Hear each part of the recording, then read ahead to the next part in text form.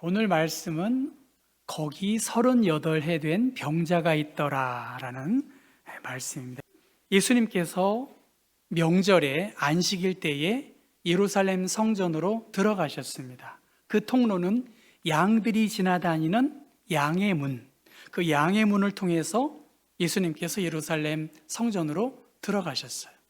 지도에 보시다시피 저 성전이라는 것이 있고요.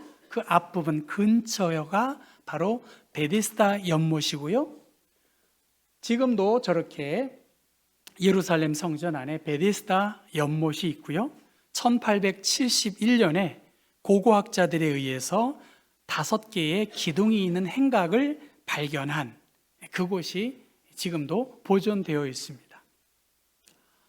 그 양문 곁 베데스다 연못, 거기에는 많은 병자들이 모여 있었다라고 하고요.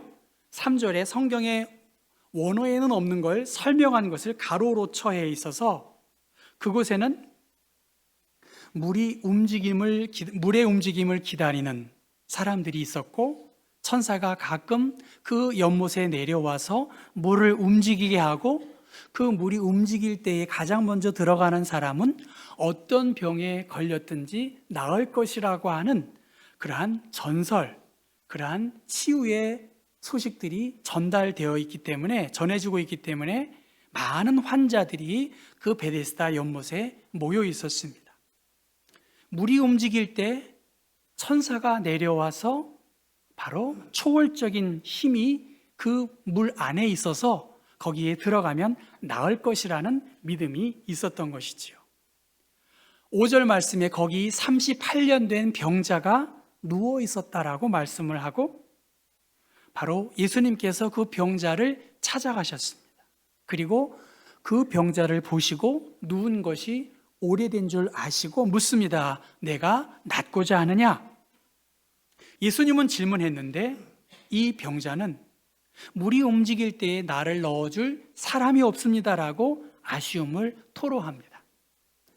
그리고 그 병자의 말을 듣고 예수님은 일어나 내 자리를 들고 걸어가라고 말씀하셨고, 그날이 안식일이라고 하는 것을 성경은 밝히고 있습니다.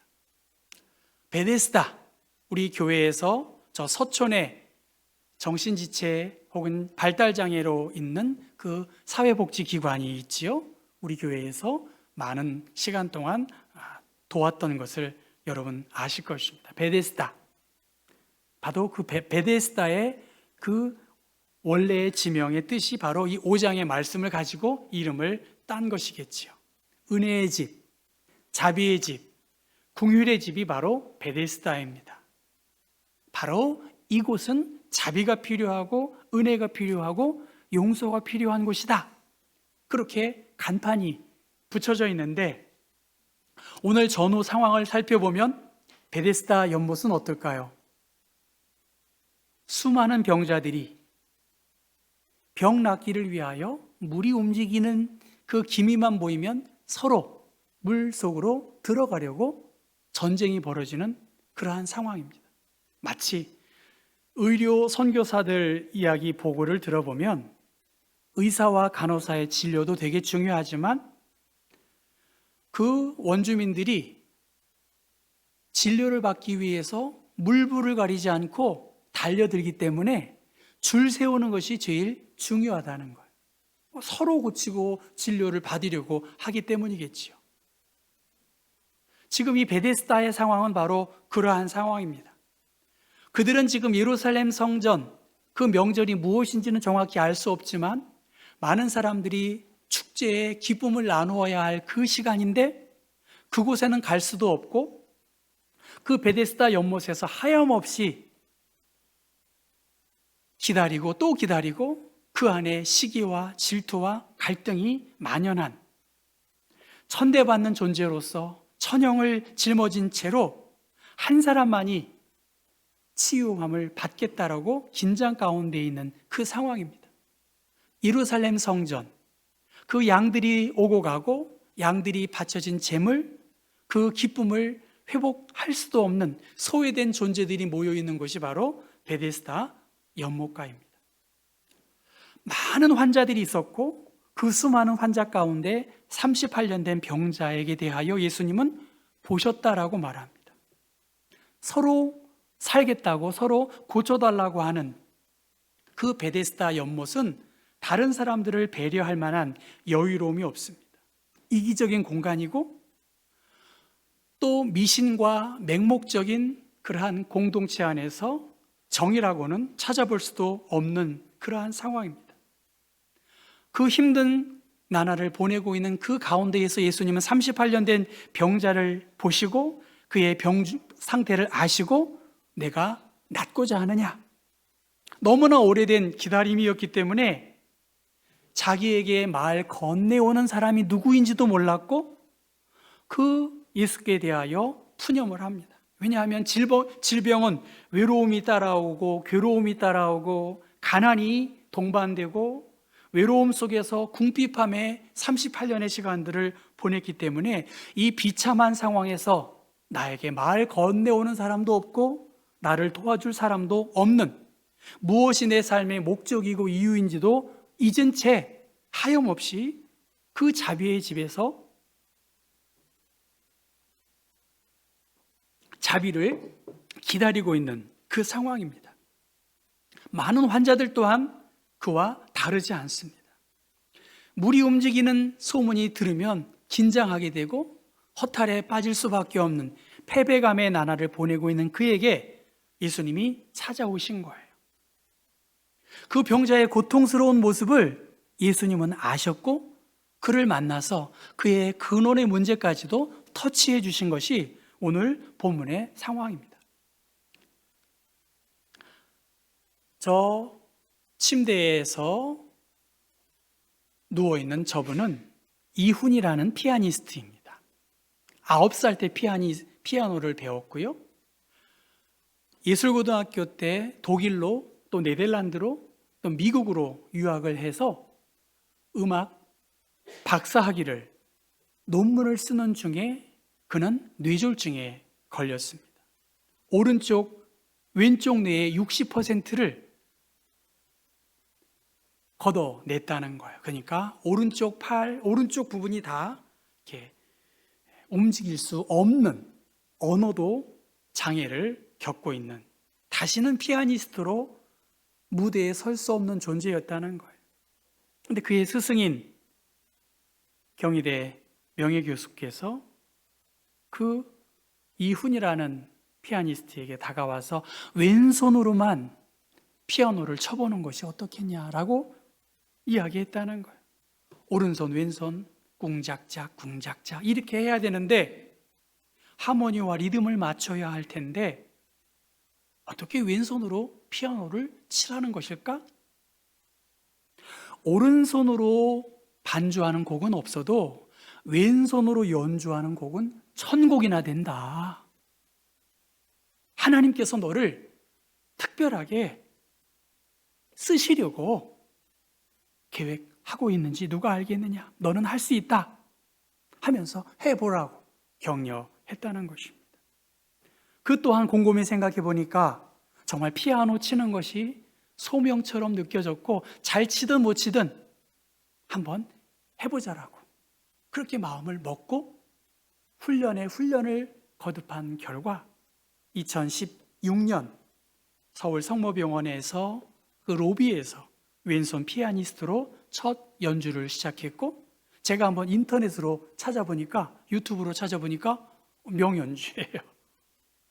한번 여러분도 이훈 피아니스트 한번 들어보십시오. 피아니스트로서 당신의 꿈은 무엇입니까? 물었더니 감사함을 잃지 않는 피아니스트가 되고 싶습니다. 그렇게 이야기했다는 거예요. 38년 된 병자를 찾아가신 예수님, 정말 뇌 수술을 받고 어떻게 보면 죽을 수도 있었던, 근데 기적적으로 그를 발견했고 의사들도 잘 만나서 기적적으로 수술을 받은 그의 잠재적 역량을 가장 잘 아는 분은 그의 피아노 선생님이었던 것이죠. 5절 말씀, 거기 38년 된 병자가 있더라. 가장 그 병자를 잘 알고 계시는 분은 바로 주님이시죠. 내가 지금 겪고 있는 어려운 문제들, 누구보다 가장 잘 아시는 분은 누구시지요? 예수님이시라는 거예요. 여러분의 무거운 짐, 기도 제목, 소원, 내 형편, 가능성, 이 힘든 부분을 가장 잘 알고 있는 분은 바로 주님이시라는 거예요. 미신에 빠져 있고 질병 속에서, 외로움 속에서, 원망과 고통과 울분 속에서 보냈던 이 병자를 찾아오신 예수 그리스도. 그리스도가 누구이신지 몰랐지만, 그리고 사람들이 안식일에 고쳤기 때문에 책 잡힐 것을 알매도 불구하고, 여러분 5장 14절 말씀 한번 읽어볼까요?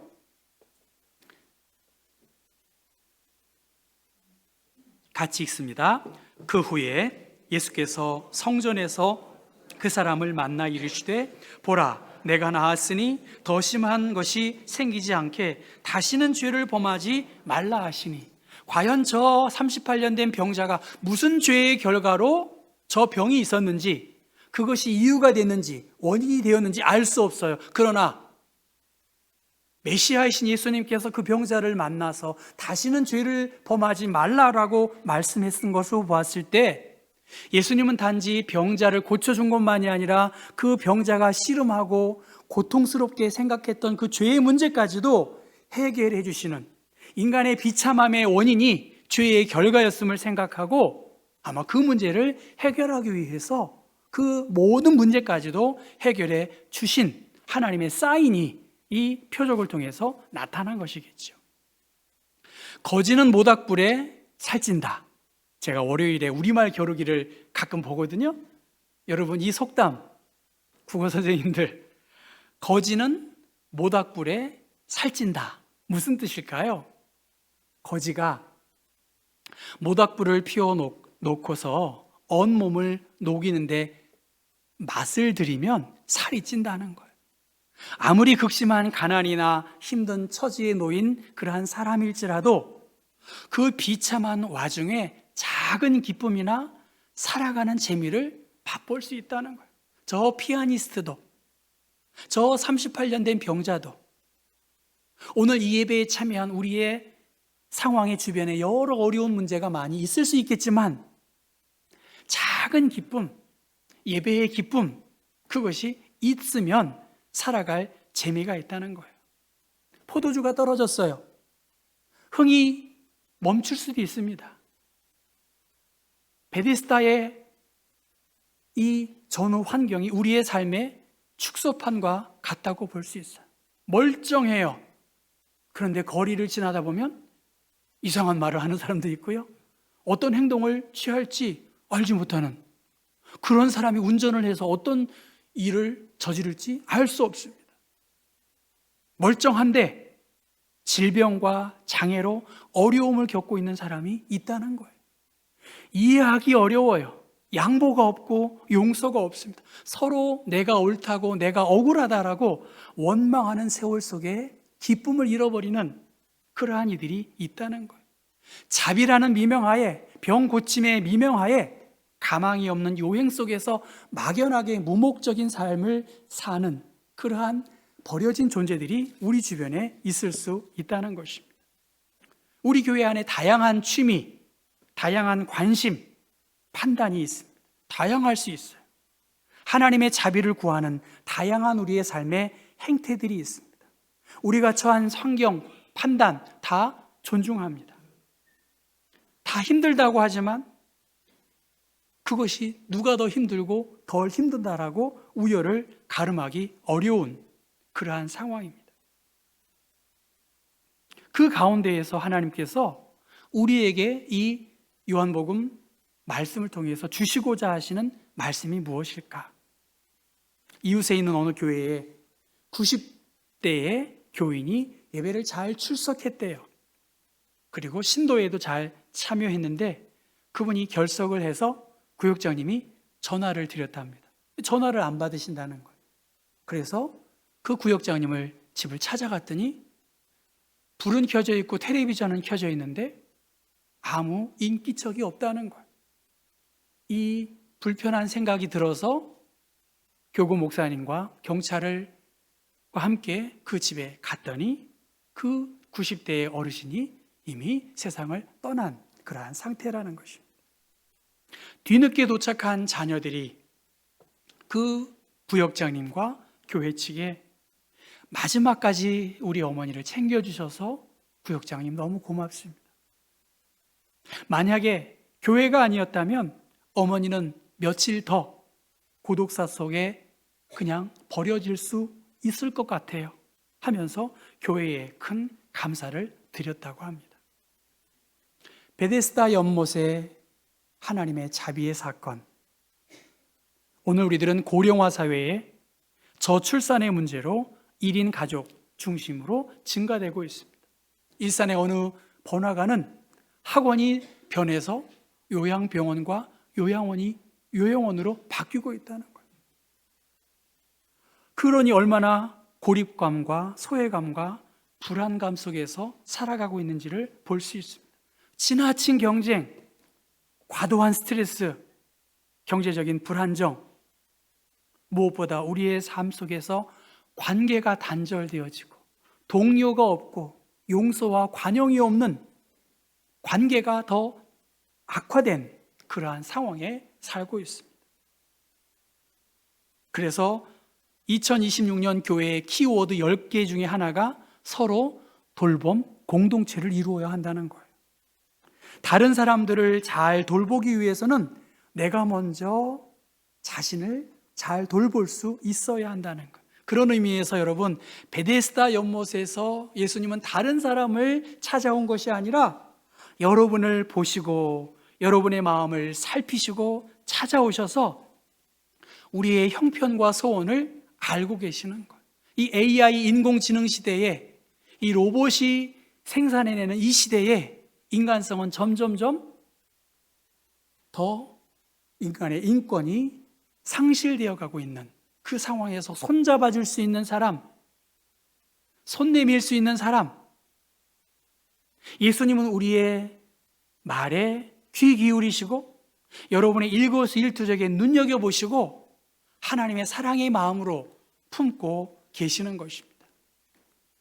여러분 한번 이사야 35장 말씀 같이 읽어볼까요? 그때에 맹인의 눈이 밝을 것이며 못 듣는 사람의 귀가 열릴 것이며 그때에 저는 자는 사슴같이 뛸 것이며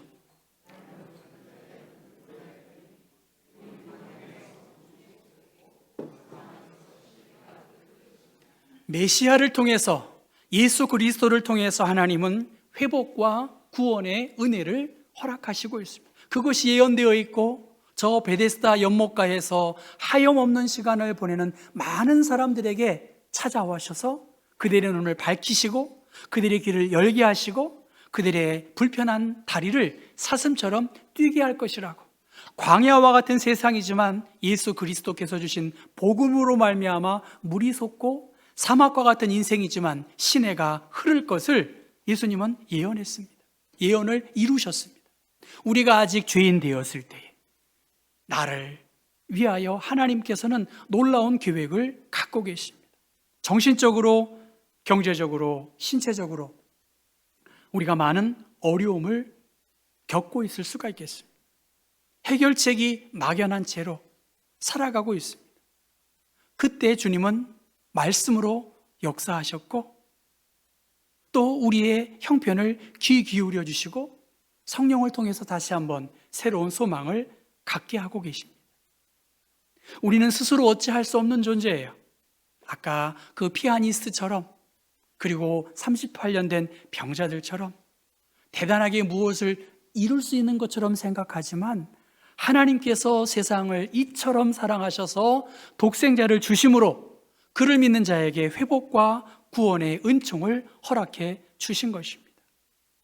또한 그 38년 된 병자, 죄와 저주 가운데 어둠 가운데 있는 그를 회복하시고 하나님의 새로운 생명의 공동체로 그를 이끌어 주시고 있습니다. 여러분, 명절입니다. 너무나 좋은 기쁜 소식들이 우리 주변에 있을 수 있겠지만 이 기쁨의 이면에는 슬픔 당하고 한없이 힘들어하는 버거워하는 우리의 이웃 또한 있을 것입니다. 바라기는 주님의 자비로 주님의 자비를 기다리는 사람들에게 봄비와 같은 주님의 은총이 함께하기를 우리는 기대하고 고대하면서 내 인생의 가장 중요한 예수 그리스도, 그분이 나를 밝히시고 그분이 나를 일으켜 세울 것이라는 믿음을 가지고 여러분, 내 삶을 가장 잘 아시는 주님, 내 필요를 가장 잘 아시고 나의 필요를 공급해 주시는 그 하나님께 다시 한번 용기를 내고 다시 한번 희망을 가지고 주님께 나아가시기를 바라고, 특별히 이 잔치의 때에 감사함을 잃지 않으시기를 바라고요. 또 감사함을 구하고 찾고 두드릴 때 우리의 마음에 감사함도 넘쳐날 것이고 그 감사함이 누군가에게 전달되어서 베데스다 그 이름처럼 경복교회 또한 여러분 한 분 한 분 또한 누군가의 자비와 긍휼과 사랑과 용서의 메신저가 되시기를 주님의 이름으로 축원합니다.